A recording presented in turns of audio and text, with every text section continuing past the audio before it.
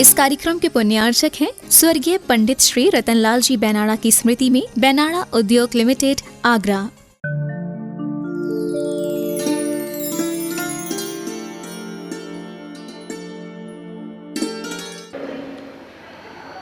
यात्रा मूकमाटी की प्रथम खंड की अंतिम चरण की ओर है। संकर नहीं वर्ण लाभ जो पहला पार्ट है मूकमाटी का, इसका टाइटल आचार्य भगवान ने दिया है। उन दोषों से हम बच कर के अपने भीतर लाभ की प्राप्ति कर सकें। कौन से दोषों को निकालना है, चूँकि अंतिम यात्रा है, अब तक तो आप लोग समझ ही गए होंगे। हाँ, अभी तक जो धारणा बनी है, मूकमाटी बहुत कठिन ग्रंथ है, पद्यात्मक है, आसानी से समझ में नहीं आता है। जो गद्य में लिखा हुआ होता है शास्त्र, वह तो समझ में आ जाता है, लेकिन कविता के रूप में जो लिखा होता है उसकी गहराइयों में आसानी से सामान्य व्यक्ति नहीं पहुंच पाता है। यह शिकायत प्राय बहुत सारे लोगों की रहती है। लेकिन हमें ऐसा लगता है इतने दिनों के अध्ययन के पश्चात कुछ तो विषय पकड़ में आने लगा होगा, जो आचार्य भगवान हम सबको समझाने की कोशिश कर रहे हैं। इस माटी के दृष्टांत को रख करके हमारी सांसारिक आत्मा जो है वह कैसे शुद्ध हो सके, तभी हम लाभ को प्राप्त कर पाएंगे। समझ में तो आ रहा है ना? मूकमाटी महाकाव्य एक खंड भी पूरा हो जाए है तब तो गति आसानी से अन्य खंडों में जो 3 खंड हैं हो ही जाएगी। आशा करते हैं आज पहला खंड पूरा कर लेंगे। 88 पेज नंबर तक पहला पार्ट है। अपन 85वें पृष्ठ में चल रहे हैं। जो वर्णन आचार्य भगवान कर रहे थे, माटी और मछली के संवाद के रूप से। मछली माँ माटी से कह रही थी, विषय कुछ उलझ रहा था सो सुलझाओ।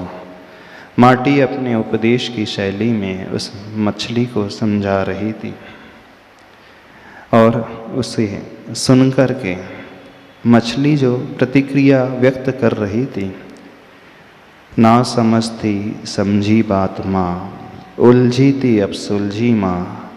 अब पीने को जल तत्व की अपेक्षा नहीं, अब जीने को बल सत्व की अपेक्षा नहीं। टूटा फूटा फटा हुआ यह जीवन जुड़ जाए बस किसी तरह शाश्वत सत से, सातत्य चित्त से। बेजोड़ बन जाए बस अब सीने को सुई सूत्र की अपेक्षा नहीं। यहाँ तक कल अपन लोगों ने समझा था विषय। वो सातत्य चित्त से जुड़ने की बात जो अनादिकाल से हमारी चेतना आत्मा में चली आ रही है, उस आत्मा के स्वरूप को प्राप्त करने की बात, वही भावना मछली कह रही है। आगे और बढ़ते हैं। जल में जन्म लेकर भी जलती रही यह मछली, जल से जलचर जंतुओं से जड़ में शीतलता कहाँ मिल माँ। चंद पलों में इन चरणों में जो पाई है। जल में रह कर के मैं जलती रही। किससे जलती रही? वैसे जल से तो शांति होती है, जलन शांत हो जाती है, अग्नि समाप्त हो जाती है। लेकिन मछली आज समझ पाई माँ की उस वाणी को सुनकर के, क्योंकि अभी तक जो मैंने समझा था जीवन को वो कुछ और ही था, लेकिन आज आपके उपदेश को सुनकर के मेरी आंखें, मेरी दृष्टि खुल गई। भले ही मैं जल में रह रही थी, लेकिन वही जल मेरे लिए प्यास बुझाने का साधन नहीं था, बल्कि मुझे उसने जलाने का ही काम किया, या यूं कहें जल क्या जलाएगा। मेरी नासमझ ही जलती रही। नासमझ के कारण मैं अंगारों की भांति अपने जीवन को बना करके चलती रही। आप लोग भी जहाँ रह रहे हों कहीं जल तो नहीं रहे?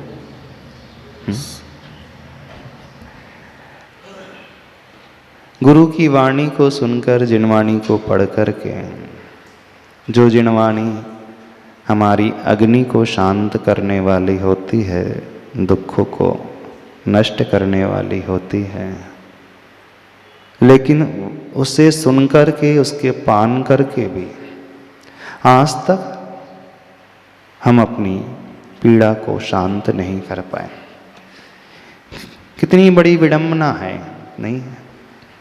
बिल्कुल वैसी ही विडंबना है जैसी मछली की है। जल में रहकर जलती रही, जल से, जलचर जंतुओं से। जो जल शांति को पैदा करने वाला था, शीतलता को पैदा करने वाला था, वहीं उसी स्थान में रह कर के शांति मिलना तो दूर, बल्कि अशांत में रही। सबके साथ शायद यही हाल है। प्रभु के पास आकर के शांत हो जाता है व्यक्ति, जिनवाणी का पान करके उसकी प्यास बुझ जाती है। गुरु का उपदेश, गुरु का व्याख्यान सुन करके वो अपने अज्ञान को दूर कर लेता है, अंधकार को हटा करके प्रकाश पा जाता है। लेकिन देखा ये जा रहा है, सब कुछ प्राप्त करके भी हम शांत नहीं हो पाए, क्योंकि अपने ही दृष्टिकोण से हमने प्रभु को लिया, प्रभु की वाणी को लिया, गुरु के उपदेश को लिया। जो धारणा हम बना करके चल रहे थे, हठाग्रह, पूर्वाग्रह लेकर के व्यक्ति चलता है, तो उस पूर्वाग्रह के कारण समीचीन सब कुछ मिलने पर भी उसे त्याग नहीं पाता है। वो अपनी समझ को विकसित नहीं कर पाता। जैसी वो मछली थी, जल से ही वह जलती रही। न केवल जल से जली, बल्कि जल में रहने वाले जलचर जंतुओं से मैं जलती रही। जो दोष उसमें जल का नहीं, दोष स्वयं का है, मेरी नासमझी का है। यदि आज तक हमारा कल्याण नहीं हुआ है प्रभु की वाणी को पाकर के भी, ये तो फैक्ट है, नहीं हुआ। और न जाने कितने बार हमने प्रभु का सानिध्य पाया होगा, गुरु का सानिध्य पाया होगा, शास्त्र को पढ़ा होगा। गिनती है? बताइए। कई भावों में भी पाया होगा, कई बार उपदेश भी सुना होगा, नहीं सुना होगा? सुना है? पूर्व भाव को तो छोड़ दो, वर्तमान के भाव में न जाने कितने गुरुओं का उपदेश सुना होगा आप लोगों ने, प्रवचन सुने होंगे, कितनी क्लास अटेंड की होंगी, कितने ग्रंथ पढ़े होंगे। क्या पहली बार गुरुमुख से सुन रहे हैं कुछ? बताइए। ऐसा तो नहीं पहली बार प्रवचन सुन रहे हो, ऐसा भी नहीं। तो इतना सुनने के पश्चात भी क्या हुआ? कोई बदलाव आया? नहीं आया। इतने बार प्रभु के पास जाकर के भी, उनका स्नान करा के, अभिषेक करा के, पूजा करके भी कोई परिवर्तन हुआ? नहीं हुआ। इतने सारे ग्रंथों को पढ़ लिए, कई पन्नों को फाड़ दिया होगा, नहीं? कई जिनवाणी छिन्न भिन्न हो गई होंगी, उसके पन्ने अस्त व्यस्त हो गए होंगे, फिर भी जीवन जैसा पहले था आज भी वैसा ही है।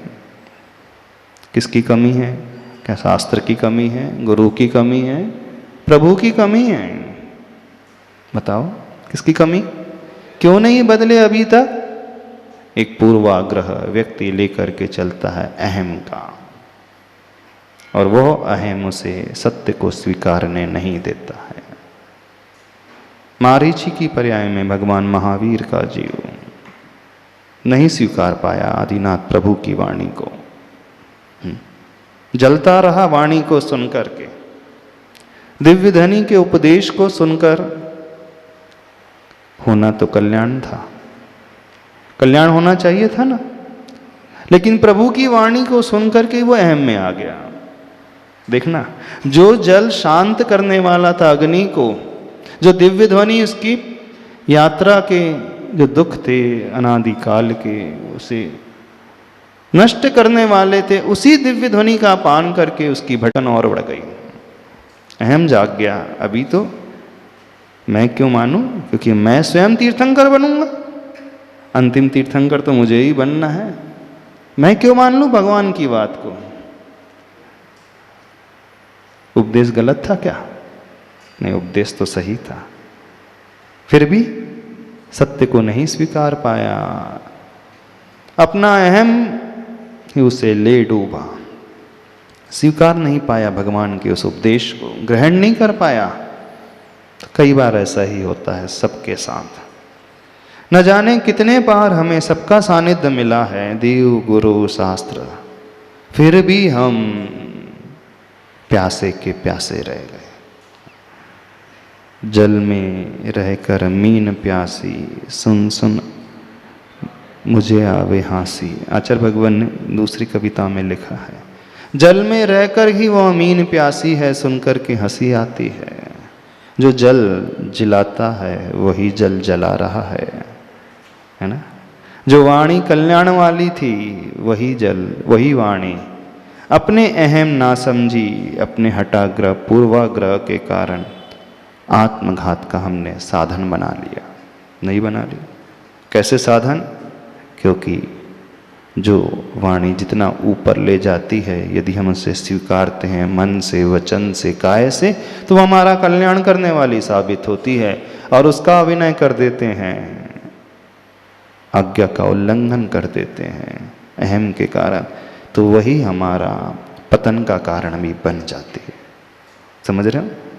प्रभु से हमारा कल्याण ही होता हो, कोई नियम नहीं।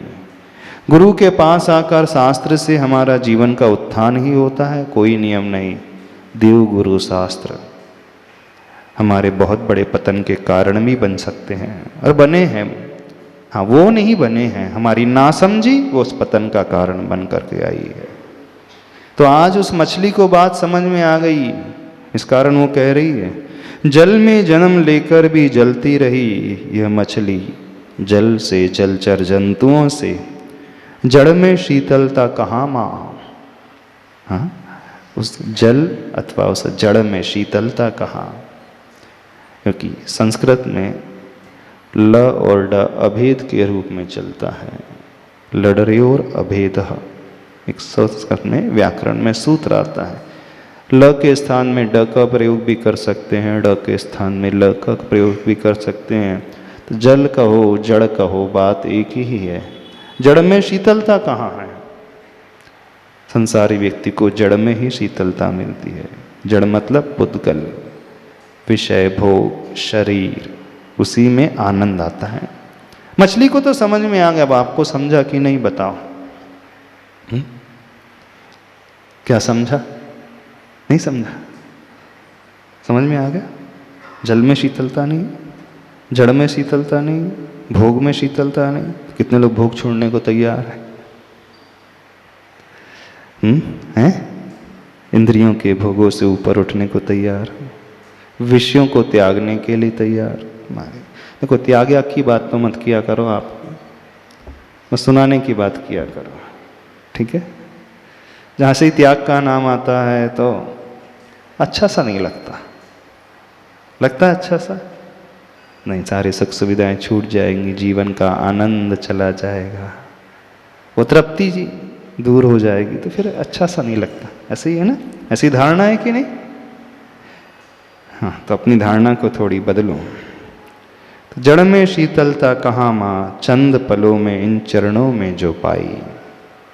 आगे चले, मलयाचल का चंदन और चेतोहारिणी, चांद की चमकती चांदनी भी चित्त से चली गई उछली सी कहीं। मेरी स्पर्शा पर आज हर्ष की वर्षा की है तेरी शीतलता से। माँ शीत लता हो तुम साक्षात शिवायिनी। क्या कहा? मलयाचल का चंदन, जो चंदन शीतलता उत्पन्न करता है, ताप को हरता है, गर्मी शांत करता है। बोले वो चंदन कहाँ? चेतोहारिणी, चांद की चमकती चांदनी भी चित्त से चली गई उछली सी गई। चेतोहारिणी मतलब जो चित्त का हरण कर ले, मनोहर कहते ना, चित्त हमारा ही कोई चुरा ले। तो बोले वो चांद की चांदनी जो चित्त को हर लेती है, यानी इतना व्यक्ति मग्न हो जाता है कि उसे कुछ पता ही नहीं रहता है। बोले चांद की चांदनी चली गई उछली सी कहीं, मेरी स्पर्शा पर आज, स्पर्शा से मतलब स्पर्शन इंद्री, जो स्पर्शन इंद्री के भोग थे, विषय थे, अब मुझे उसमें भी रस नहीं आ रहा है। बोले हर्षा की वर्षा की है तेरी शीतलता ने। हर्ष की ही वर्षा हो रही है। बोले आपकी शीतलता को पाकर के आज मेरे हर्ष का पारावार नहीं रहा, आनंद का छोर और छोर नहीं रहा। कहीं ऐसा तो नहीं लगता ये सब कहने सुनने की बातें हैं जो आचार्य भगवान कह रहे? सही से बताओ, हाँ? ऐसा तो नहीं लगता ये सब बहुत ऊंची ऊंची बातें कर रहे हैं आचार्य भगवान? अंदर हलचल तो होती है। कई लोगों को लगता है ये सब शास्त्रों में पढ़ने से अच्छी लगती हैं, बाकी जीवन में उतारना तो ये सब बहुत कोसों दूर हैं। ऐसे ही है ना? एक बात समझो, कभी भी जब भी हम कुछ करें तो अपने आप को जोड़ने की कोशिश किया करो उस साहित्य से, उस शास्त्र से, उस वाणी से। अपने भीतर घटाने की कोशिश करना, नहीं तो ये सब कुछ पर रह जाएगा। पर से कभी हमारा कल्याण नहीं होता है। जब वह शास्त्र हमारा अपना बन जाए, वो वाणी हमारी अपनी हो जाए, हम अपने आप को उससे जोड़ लें, तो हमारा कल्याण हो जाएगा। आप ये सोच करके पढ़ रहे हैं कि आचार्य भगवान का साहित्य है, मुखमाटी महाकाव्य है, तो कोई फर्क नहीं पड़ेगा आप पे, कोई फायदा नहीं होगा, क्योंकि आप पर को मान करके पढ़ रहे हो।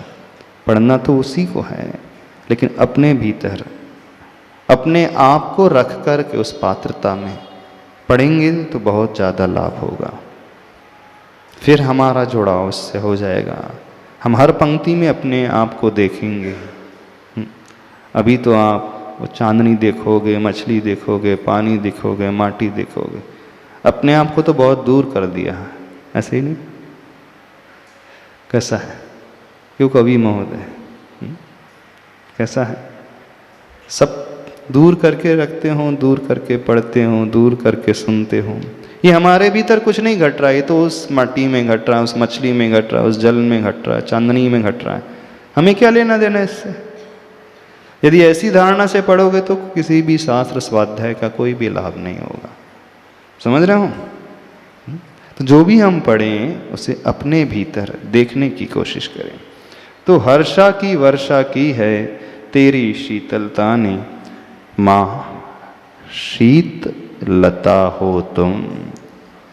कैसा संधि विच्छेद किया? शीतलता और शीत लता हो तुम, यानी ऐसी लता जो अंदर बहुत शीत उत्पन्न करती है, शांति उत्पन्न करती है। साक्षात शिवायिनी। शिवायिनी क्या कहलाती है? शिव के रहने का स्थान, शिव की गोद, है ना? मोक्ष की स्थली। साक्षात वह दुखों से ऊपर उठ करके उस सुख को देने वाला स्थान हो आप। तेरी गोद में ही इसे और बोध मिलेगा माँ। अगले पेज नंबर 86 में, तेरी गोद में ही इसे और बोध मिलेगा माँ, तेरी गोद में ही फिर शोध चलेगा माँ। अगणित गुणों की ओघ का और सुनो माँ, बहुत अच्छी पंक्ति हैं, ध्यानपूर्वक सुनना जो आचार्य भगवान लिख रहे हैं आ रही है। व्याधि से इतनी भीति नहीं इसे जितनी आधि से है, और आधि से इतनी भीति नहीं इसे जितनी उपाधि से। इसे उपधि की आवश्यकता है, उपाधि की नहीं माँ। इसे समधि समाधि मिले बस, अवधि प्रमादि नहीं। उपधि यानी उपकरण, उपकारक है ना। उपाधि यानी परिग्रह, अपकारक है ना। बहुत गहरी बात लिख रहे हैं आचार्य भगवान। कुछ पल्ले पड़ी नहीं पड़ी, समझ में आई? क्या कहा? तेरी गोद में ही और बोध मिलेगा माँ, यहाँ ही बैठकर के मुझे बोध यानी वो ज्ञान मिलेगा। तेरी गोद में ही फिर शोध चलेगा, रिसर्च चलेगा। अगणित गुणों की ओघ का, ओघ अर्थात होता है समूह। किसके समूह? गुण। जितने गुण हैं, कितने हैं वो? कोई संख्या, कोई लिमिट नहीं। अगणित, असंख्यात, कई। बोले अगणित गुणों का जो ओघ है यानी समूह का शोध कहाँ मिलेगा? आपकी ही गोद में। ज्ञान की प्राप्ति भी तुम्हारी ही गोद में होगी। और सुनो माँ, व्याधि से इतनी भीति नहीं इसे जितनी आधि से है। 3 शब्द हैं यहाँ पे, व्याधि, आधि, उपाधि और चौथा उपधि। तो व्याधि क्या कहलाती है? शारीरिक बीमारी। व्याधि हो जाती है रोग जिसे कहते हैं, शारीरिक रोग। और आधि क्या कहलाती है? मानसिक रोग। मानसिक रोग, विक्षिप्तता, टेंशन, भय, चिंता, स्ट्रेस, एंजाइटी। बोले आदि। ऐसे तो आप परिचित होंगे क्योंकि आगरा तो फेमस ही उसी लिए। किस लिए फेमस है आगरा? हाँ, मेंटल हॉस्पिटल के लिए। किस लिए फेमस है आगरा?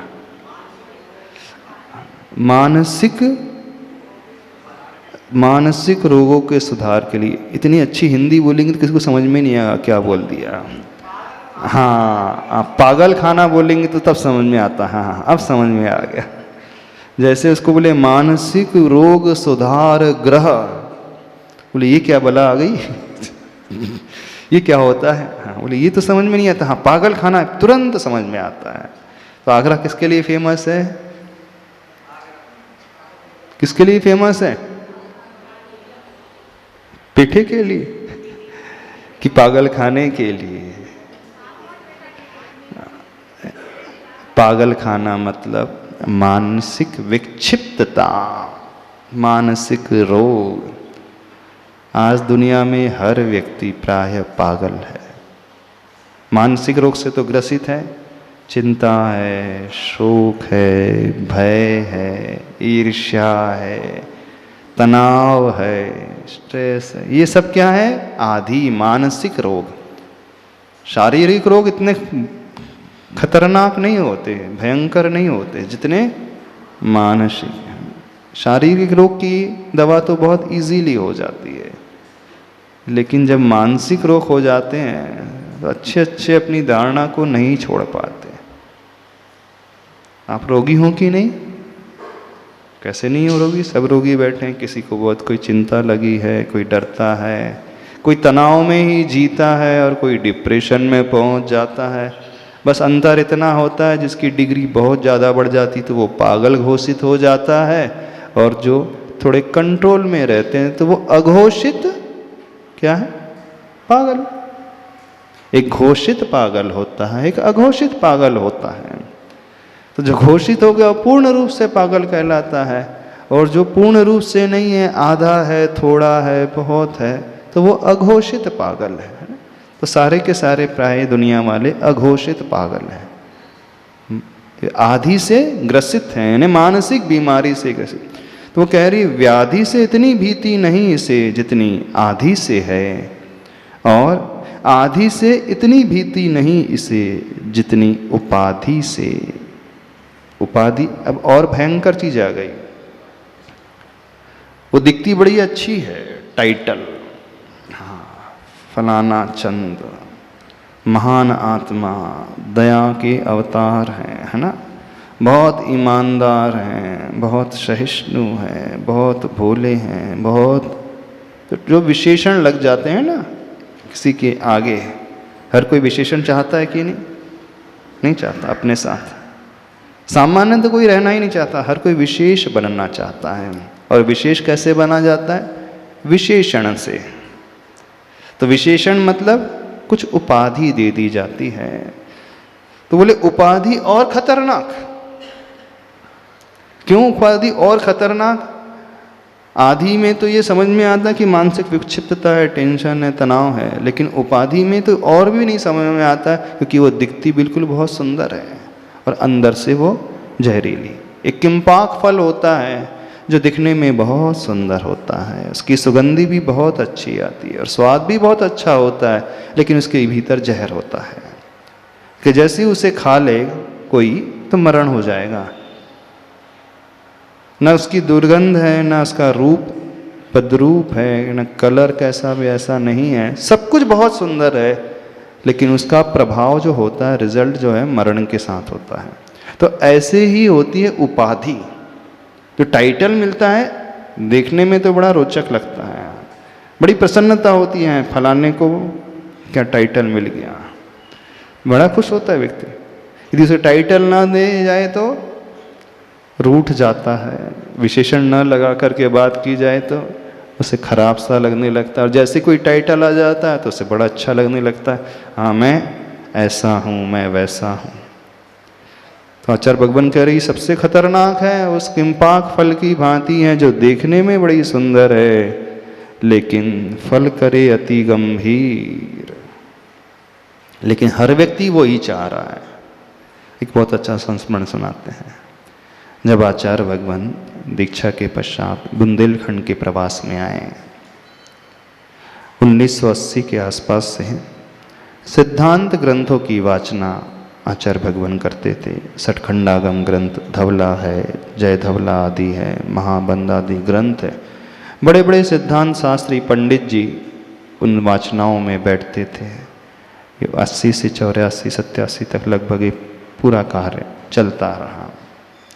शायद ललितपुर की ये घटना है, जब धवला आदि ग्रंथों की वाचना चल रही थी। बड़े बड़े पुराने पंडित कैलाश चंद्र जी शास्त्री और अन्य पुराने संत जगन मोहन लाल जी शास्त्री, फूलचंद जी शास्त्री, ऐसे जिन्होंने बड़े बड़े संस्कृत ग्रंथों की हिंदी टीकाएँ लिखी, हिंदी अनुवाद किया है, उन धवला का हिंदी अनुवाद किया है, वे भी उस वाचना में बैठते थे। 3-4 साल तक लगातार ये जब वाचना का क्रम चलता रहा, ऐसी एक वाचना में सारे विद्वानों ने मिलकर के आचार्य भगवान के सामने जिस सभा में वाचना चल रही थी घोषणा कर दी, चारित्र चक्रवर्ती आचार्य गुरुवर विद्यासागर महाराज जी की जय। उन्होंने अपना वक्तव्य दे दिया। जब माइक आचार्य भगवान के हाथ में आया तो बोले, अभी विद्वान लोग कुछ कह रहे थे, चारित्र चक्रवर्ती के टाइटल हमें दे रहे थे। बोले हमारे गुरु महाराज ने जो हमें दिया है उतना ही पर्याप्त है, इन विशेषणों से हमें बचा कर के रखो। बिना पूछे किसी भी मुनि, किसी भी आचार्य परमेष्टि के आगे कोई विशेषण नहीं लगाने की कृपा करें तो बहुत अच्छा होगा। हम कोई चारित्र चक्रवर्ती नहीं है, हम तो एक साधक हैं, मुनि हैं। आचार्य गुरुवर ज्ञान सागर महाराज जी से हमें 28 मूल गुण मिले, दीक्षा मिली, और परिस्थितिवश हमें ये आचार्य पद ग्रहण करना पड़ा, चूँकि गुरु दक्षिणा उन्होंने मांगी थी। हम तो वह भी नहीं चाहते थे आचार्य बनना, हम तो एक साधारण से साधक बनकर के, मुनि बनकर के साधना करना चाहते थे। और आप लोग कैसे एक टाइटल को दे रहे हो, चारित्र चक्रवर्ती? तो आचार्य भगवान ने तुरंत उन विद्वानों के सामने, पंडितों के सामने सिरे से नकार दिया, बिल्कुल किसी भी प्रकार के टाइटल से हमें बहुत दूर रखें, हमें तो जो गुरु महाराज ने दिया उतना ही पर्याप्त है और उसी से हमारा कल्याण होगा। यदि टाइटल आ गया तो वह नीचे ले जाने वाला साधन हो सकता है, यदि वह व्यक्ति उसमें उलझ करके रह जाए, सुन करके अंदर ही अंदर फूलने लगे, तो वही टाइटल, वही विशेषण उसके लिए एक अहम का निमित्त बन जाएगा, कषाय के पोषण का कारण बन जाएगा। तो आचार्य भगवान ने तुरंत उस सभा में ही, उन विद्वानों के समक्ष ही इस बात को रखी कि कोई भी व्यक्ति, किसी भी प्रकार के, कोई भी विद्वान किसी भी प्रकार से बिना पूछे अपने मीटिंग करके कोई भी उपाधि न दे हमें। उपाधि से मतलब वही टाइटल की बात है। तो जो हमेशा आत्मा की साधना में सजग रहता है, वही साधक इन उपाधियों से बचने की कोशिश करता है। लेकिन आज वर्तमान में तो लोग उपाधि के पीछे भाग रहे हैं, है ना। यदि उपाधि न लगे तो हमारे नाम के आगे ये क्यों नहीं लगा भाई, हम तो ऐसे संत हैं, वो संत हैं, शिरोमणि हैं, ये हैं, वैरागी हैं, ये हैं, इतने करुणावान हैं, इतने साधना करने वाले, इतने रस के त्यागी। अरे जो साधना की जा रही है मूल गुणों की, मुनि की, आचार्य की, ये अपने आप में कम है। ये उपाधि तो संसार में भटकाने वाली है। एक मुनि बनना यही संसार से तारने वाली है। तो जितना सजग अपनी साधना के प्रति रहता है, वही व्यक्ति इतना निष्प्रह हो सकता है। और निष्प्रह व्यक्ति ही बहुत इजीली, बहुत आसानी से अपना ऊपर कल्याण कर पाता है। समझ रहे हो कि नहीं। तो आप लोग क्या चाहते हो, आदि तो कोई भी नहीं चाहता, व्याधि तो कोई भी नहीं चाहता, आदि से भी बचना चाहता है, लेकिन आदि से वो ग्रसित हो ही जाता है, मानसिक तनाव, चिंता से। और बाहर की जो उपाधि को तो हर व्यक्ति पाना ही चाहता है, मेरा नाम, मेरा मान, मेरा सम्मान नहीं चाहते। तो आचार्य भगवान कह रहे हैं, आदि से डर नहीं, भीति नहीं, ये व्याधि से नहीं जितनी आदि से है, और आदि से भी उतनी भीति नहीं जितनी उपाधि से है। कृपा करना, उपाधि से बचने की कोशिश करना, पर आसान नहीं होता है। नाम की आकांक्षा रखना, सम्मान की भावना से बचना, अच्छे अच्छों की बस की बात नहीं होती है। बोले किसकी आवश्यकता, इसे उपधि की आवश्यकता है, उपाधि की नहीं माँ।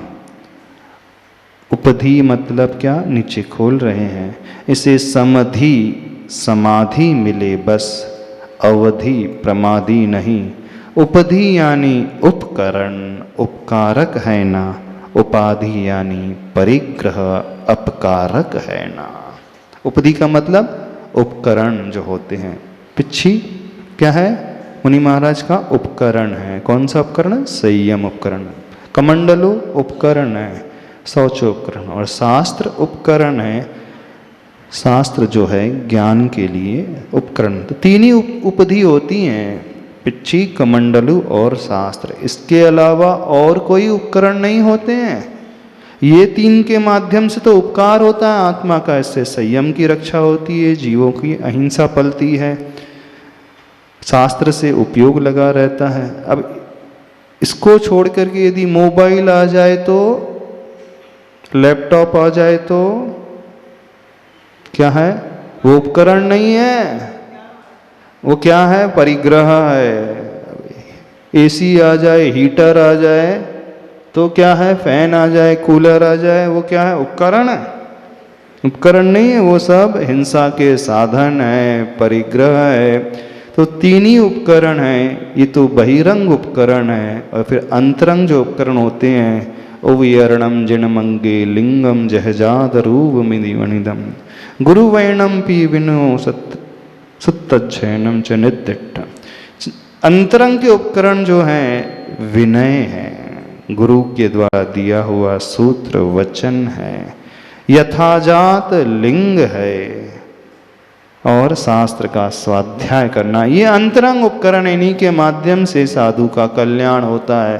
बाकी लैपटॉप है, मोबाइल है, और क्या क्या हो जाता है सत्येंद्र जी, और क्या क्या रहता है? हाँ मेरा प्रश्न ये था, हाँ जी, आपने मात्र ये 3 उपकरण गिनाए, हाँ तो इन 3 उपकरणों के माध्यम से साधु का तो अपना साधना अच्छे से हो जाती है, हाँ। लेकिन श्रावक को तो इन 3 उपकरणों से कोई लाभ कैसे मिल पाएगा? हाँ, नहीं श्रावकों की नहीं, अभी तुम साधु की बात कर रहे हैं। श्रावक के लिए वो उपकरण कहलाएंगे जिससे उसके परिणाम संभलेंगे। तो क्यों? क्योंकि वो तो उपकार करने वाले हैं। अब अति पैसा, अति परिग्रह रहेगा तो वो अपकारक हो जाएंगे, क्योंकि अति लोभ जो है वो नरकायु के आश्रय का कारण होता है। जितनी आवश्यकता परिवार के लिए है वो तो आपके लिए उपकार करने वाले हो जाएंगे, लेकिन आवश्यकता से जो अधिक संचय हो रहा है वो अपकारक हो जाएंगे। तो श्रावक के लिए भी भूमिका के अनुसार उसको डिसाइड करना पड़ेगा, उसके कर्तव्य के पालन के लिए, परिवार के संचालन के लिए कितनी आवश्यकता है। क्या हम अपनी आवश्यकता के अनुसार ही जोड़ते हैं? आप लोग वैसा ही करते हो? पेट के लिए करते हो कि पेटी के लिए करते हो? पेट के लिए जो किया जाएगा वो उपकरण है, और पेटी के लिए किया जाएगा वो क्या है?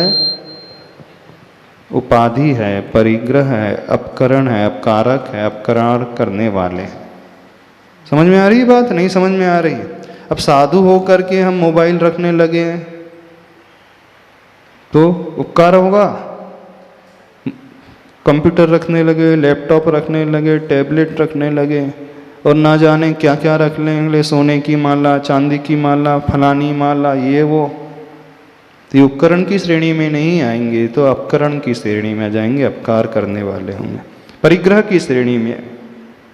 एक महाराज जी, यहाँ जो माटी को माँ के रूप में मछली बात कर रही है, हाँ तो हम तो अपनी जिनवाणी माँ से ही बात कर रहे हैं इस समय, शायद ऐसा मान के। हाँ बिल्कुल, जिनवाणी माँ से ही तो बात कर रहे हैं। जो शास्त्र लिखा गया है, जिनेंद्र भगवान की वाणी को गुरु ने रूप दिया है तो वह जिनवाणी, वही माँ वाणी हमें समझा रही है। लेकिन कौन अपनी माँ को मानता है, और कौन अपनी माँ की बातों को मानता है?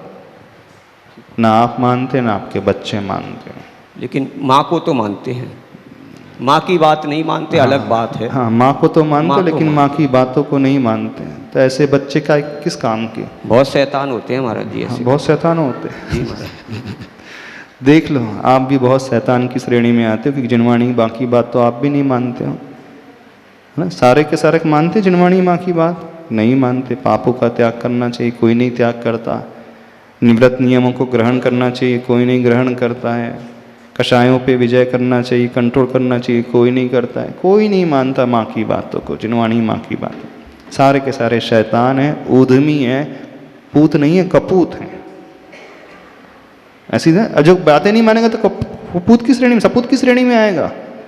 अरे सपूत कौन कहलाता है? जो माँ की आज्ञा का पालन करे। और कपूत कौन कहलाता है? आप ही बताओ। जो आपकी बातें माने कि आपकी आज्ञा का उल्लंघन करे और त्रास और दे दे, कष्ट और दे दे, प्रताड़ित और करे, तो कपूत की श्रेणी में आता है। तो जिनवाणी माँ की तो बात मानते नहीं और प्रताड़ित और करते, उल्टा अपनी ओर तानते हो, तो कपूत की श्रेणी में।